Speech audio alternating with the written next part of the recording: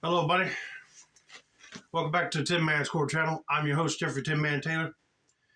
And today I'm over by movie shelf because I put together another movie haul for you guys. Now, I was going to wait until after Christmas because I figured I probably might get some movies then, maybe. But I figured I'd go ahead and get these knocked out of the way and show you all. 4 of them I picked up while I was on my trip in the mountains at 2 flea markets. And the rest of them I bought on my birthday. So let's start off with the movies I got from the flea market. I stopped by this guy's booth and I picked up some movies there before, but I think it was a woman running it. And the first movie I saw that I knew I did not have, but I wanted to watch it since everybody was saying it was good, is the new Superman movie, directed by James Gunn. Now, I'm like some of y'all that were like a huge fan of Henry Cavill as Superman, so I was kind of upset that they just automatically replaced him with somebody else. James Gunn did not want to continue the Snyderverse. He wanted to do his own thing. So I can't wait to give this one a whirl. And I heard that the Supergirl for this universe is already getting her movie made. So I can't wait to see that one when that one comes out.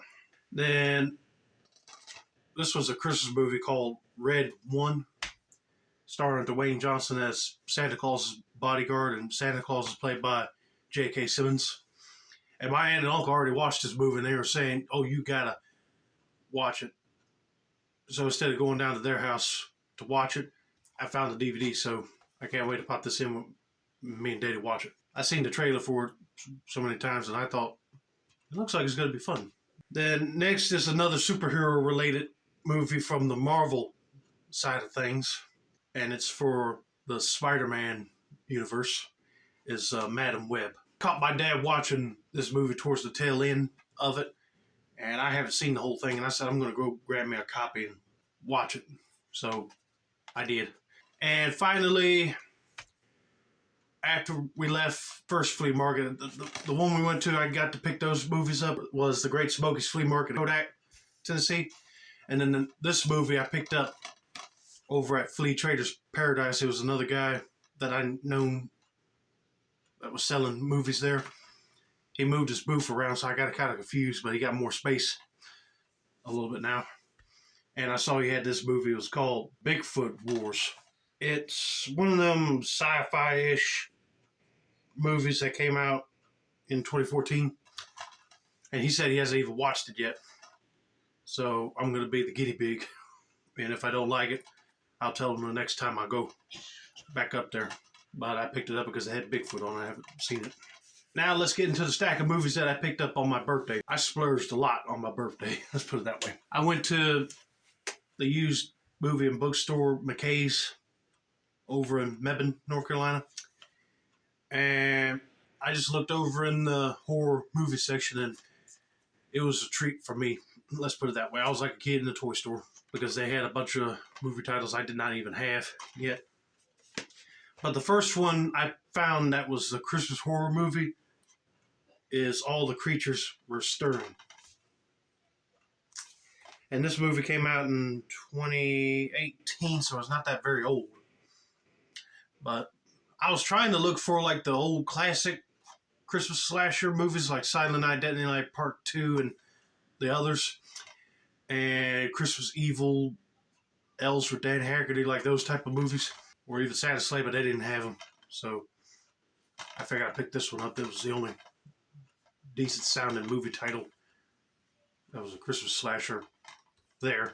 But then I looked down towards the F's on the shelf, and I found another Frankenstein movie for the Hammer horror side of things. Since I already got Curse of Frankenstein, I had to pick this one up to go with that one. I'm trying to build a whole Hammer horror movie collection with Dracula, Frankenstein, and I got one of their mummy movies, but I don't have the other 3 for that.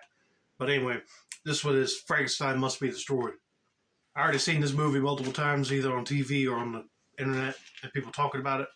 And I gotta say, it's the weird one out of the bunch because, one, Peter Cushing's Frankenstein here wants to know how to freeze a brain just to keep it lasting a little bit longer. And his friend that knows how to do it went insane and went into a mental asylum. But then he has a heart attack when he tries to get him out of there. His plans got altered there because he wanted him alive, but his other body was pretty much useless, so he took his brain and put it in some other guy's body. But it was still a good-ish Frankenstein movie for this whole universe. So I had to grab it for my collection as well. All right, now we're getting into the modern day slashers. I got 2 Nightmare on Elm Street movies. I picked up a new copy of Freddy's Dead: The Final Nightmare because the one I got has got that black cover with the different artwork on it. And I said I pretty much got all the Nightmare on Elm Street movies with the red cover. So I said I had to pick up this one so I get rid of the other one. And I picked up Wes Craven's New Nightmare. So my Nightmare on Elm Street movie collection is complete. But the only one I'm missing is the remake Nightmare on Elm Street, which I'm not a huge fan of that movie, but got to get it complete the set, you know what I mean? But then I looked over where they have the Scream movies. I already got 1, 2, 5, and 6, and I heard they got a number 7 out on the way. But I picked up this one, Scream 3. Now, they had another Scream 3, but it had like the collector's edition logo right here. But I like the artwork of this one better with that big knife. But yeah, my Scream franchise collection is growing too. So I can't wait to watch that one. And finally, I picked up a movie that me and my dad watched on one of them free movie channels, but I had to get it for my collection. Was the reboot of Candyman. This is the last time we're ever going to see Tony Todd as Candyman since he passed away, unfortunately. So if they did another one, he won't be in it. Unless they CGI'd him in, but it won't be right. But yeah, this is the one where it basically adds more into the Candyman lore. So it kind of gives Tony Todd's Candyman a break. But it's just painful to hear that there's multiples. They even have a child Candyman. And if you remember watching the scene where he's walking past a cop car and you see bees just floating around his face, you look in the cop's car windows, you can see the other Candymen showing their faces. And then towards the end, it's Tony Todd. But I actually dig the whole storyline for this one. And I think they kind of ignore the things that happened in Candyman 2 or 3, which I was actually looking for number 2 since I already got 1 and 3. But since I saw this one out there on single DVD, I figured I better go ahead and grab it. So now I need number 2. And I'll be done with the Candyman franchise until they come up with another one. But anyway, I hope you guys enjoyed my latest movie haul. Don't forget to like, subscribe, turn on post notifications for more movie-related content like this. This has been another successful installment of the Tin Man Score channel. I'm your host, Jeffrey Tin Man Taylor, and if I get more movies at Christmas, I'll do a movie haul then. So stay tuned, and have a nice day, and Merry Christmas to all of you.